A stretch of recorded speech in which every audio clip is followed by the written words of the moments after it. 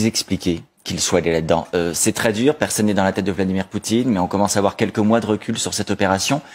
Qu'est-ce qui l'a poussé à se mettre dans cette situation-là, au point, comme vous le dites, de se retrouver aujourd'hui affaibli, y compris intérieurement? Alors,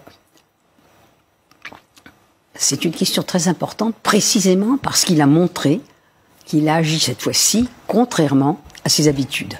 Il a toujours été prudent, depuis qu'il est arrivé au pouvoir, et il ne s'est lancé dans des équipées que quand il avait un prétexte. Je vous le rappelle, la Géorgie, les deux équipées, la Géorgie et la Crimée, il pouvait dire, mais je vais défendre les gens.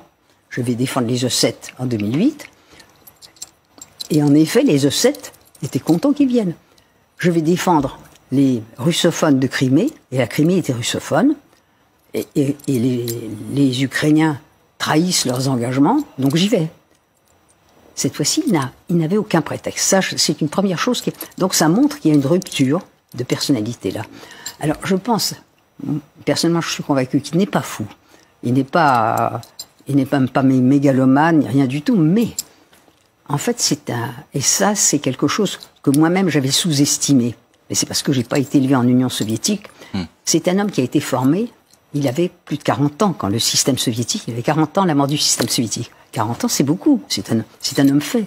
Il a été formaté tout particulièrement, parce que comme il a été dans le KGB, qui était tout de même, ne l'oublions pas... Il a encore la culture soviétique. Non seulement la culture soviétique, mais il a d'abord été une espèce de gamin des rues qui tabassait tout le monde, enfin déjà un voyou, comme il y en avait dans les rues de Saint-Pétersbourg, mais après, on a détecté en lui un garçon qui, aux yeux du système soviétique, et notamment du KGB, parce que le KGB, dans les années Brejnev, le Parti communiste s'est affaibli, il y a une espèce d'affaissement du système, et c'est le KGB qui devient la structure véritablement de force du pays.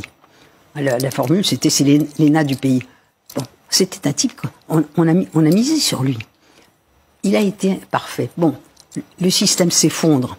Il a essayé de s'adapter, il n'y a pas de doute. Il y a eu un autre homme qui a surgi, qu'on a vu, tous ceux qui l'ont rencontré le savent. Un homme qui a essayé d'être un homme de la réconciliation. Et puis, cette réconciliation n'a pas vraiment marché. La Russie n'a pas trouvé sa place. Ça, c'est quelque chose, une partie d'histoire qu'il faut savoir. Elle n'a pas été vraiment, ni entourée. Bon, il y a eu des maladresses. Hein. Les années Eltsine, la Russie est complètement ruinée. Mais à qui le doit-elle? Eltsine a recouru à ceux qui considéraient comme les plus grands experts économiques du monde, les espèces d'économistes de Chicago. Ils lui ont donné des conseils épouvantables. Le pays a été ruiné, ça. Et du même coup, progressivement, ne se sentant pas, ne trouvant pas sa place, l'homme soviétique a repris. Et il est sa redevenu dimension. il avait été par ses cultures.